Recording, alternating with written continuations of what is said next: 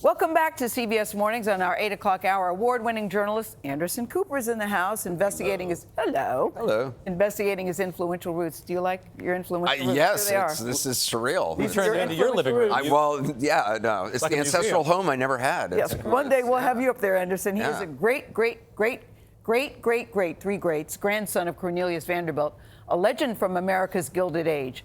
Vanderbilt created a railroad and a shipping empire that made him the wealthiest man in America. How rich? At one point, this family had more money than the U.S. Treasury 150 years ago. Wow. In his new book, Vanderbilt, The Rise and Fall of an American Dynasty, Anderson Cooper digs into his family's lineage. We'll talk with him about that in just a moment. But first, a look back at the Vanderbilt lives. The bulk of the Vanderbilt fortune came from railroads. The family owned tracks from New York to Chicago. Dubbed the Commodore, Cornelius Vanderbilt began his career in shipping with a $100 family loan. By his death, he was the richest man in America, amassing $100 million. That's the equivalent of more than $2 billion today. His son Billy expanded the family business, doubling the Vanderbilt fortune. With lavish homes across the East Coast, the Vanderbilts became American royalty with a high social standing. But the third and fourth generations had more of a knack for spending money than making it. Bad business decisions and the decline of the railroad industry led the family to lose most of their fortune. Many of the mansions were torn down or turned into museums. The dynasty ended with heiress-turned-fashion designer Gloria Vanderbilt. After her death in 2019, her son Anderson Cooper sorted through troves of letters, documents, and journals, giving voice to the Vanderbilt ancestors he never knew.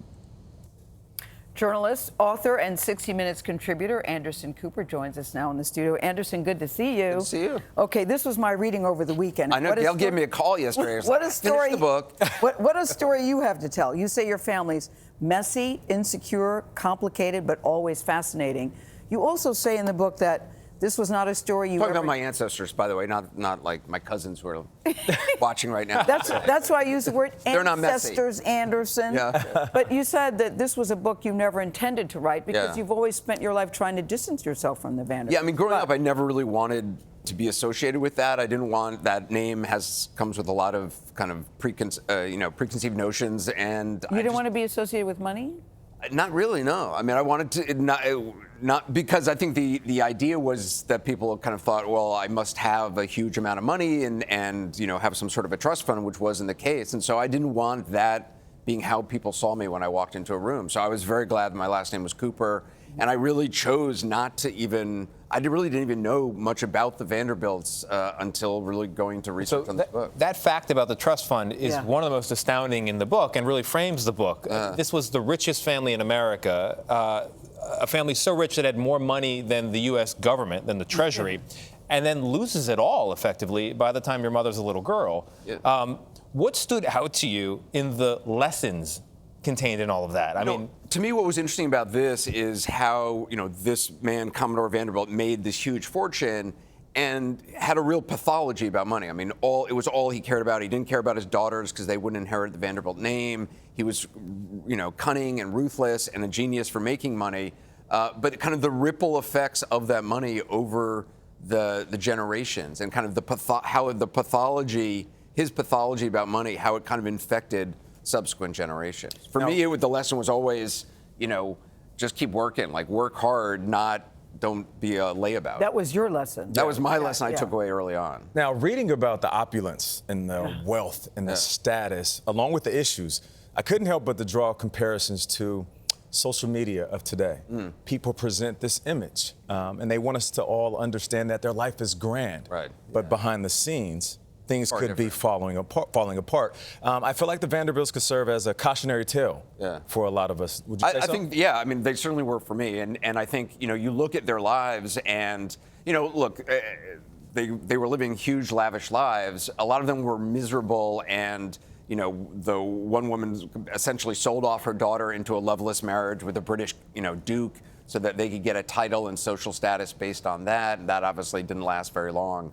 But I do think in many ways it is a cautionary tale. I wrote the book really kind of as a letter to my son because when I had a kid, I realized I don't really know what I'm going to tell them about the Vanderbilts because I never wanted to even look closely at them. I mean, I went out of my way to avoid mentioning to anybody when I first met them, and I always kind of dreaded the moment somebody would say, "Oh, hey, I heard your mom's Gloria Vanderbilt. What was it like to grow up at Vanderbilt?" And I never really knew how to answer that question because I grew up a Cooper, and that's what I was very happy about. But I was so fascinated that you got to really dig into your mom's stuff. Number one, your mom saved so many things. My mom saved everything. Everything. Yeah, I've been going through her stuff for my mom had the storage unit, which was like the storage unit from Citizen Kane at the end, where they're just like, right.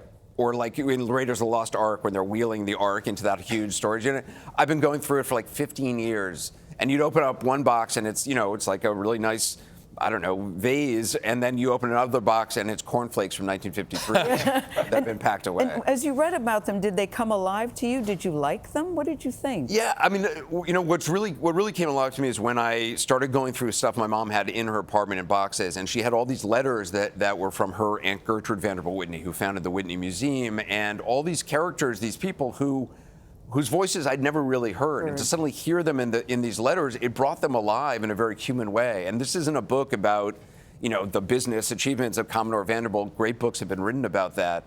This is really about how these human beings, at key moments in their life, how they responded to the events around them that from the outside, to your point, looked very grand and amazing. The wedding of this young, beautiful woman to a British duke was a huge event in America.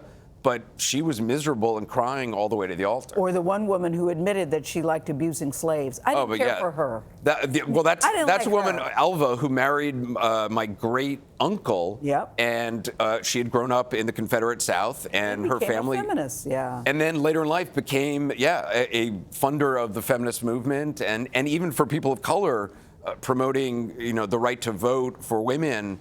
But yeah, she was a terrible. I still didn't care for her, Anderson. But I know how you reacted when he said something about Wyatt, Tony. Well, yeah. I mean, so it's often said that to understand is to forgive and to accept. You were agnostic at best when it came to the Vanderbilt side of your family. You wrote this book for Wyatt, your 1-year-old. Yeah. Very cute, by the way. Who is one of the most beautiful babies on the planet. Other than Teddy. Please put up Wyatt's picture. Other than Teddy. There he is. Get a tight shot of Wyatt's blue eyes. Good Lord. Having written this book, look at that. For that beautiful boy right there. Do you feel better, prouder, different about being a Vanderbilt and for him to have a Vanderbilt legacy as well? I think they were far more. No, that was just a happy day. That was his first balloon. So that was the big present.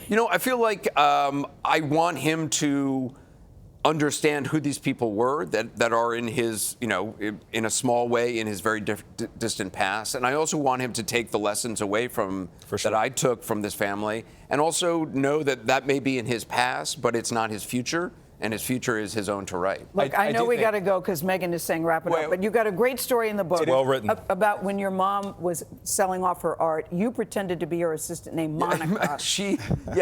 I got my mom on Instagram because she was not feeling great about her life and wasn't getting out of bed. I just want to hear your Monica voice, Anderson. No, I didn't talk to anybody on the phone. But we needed somebody to manage her Instagram account and deal with people who were buying her paintings.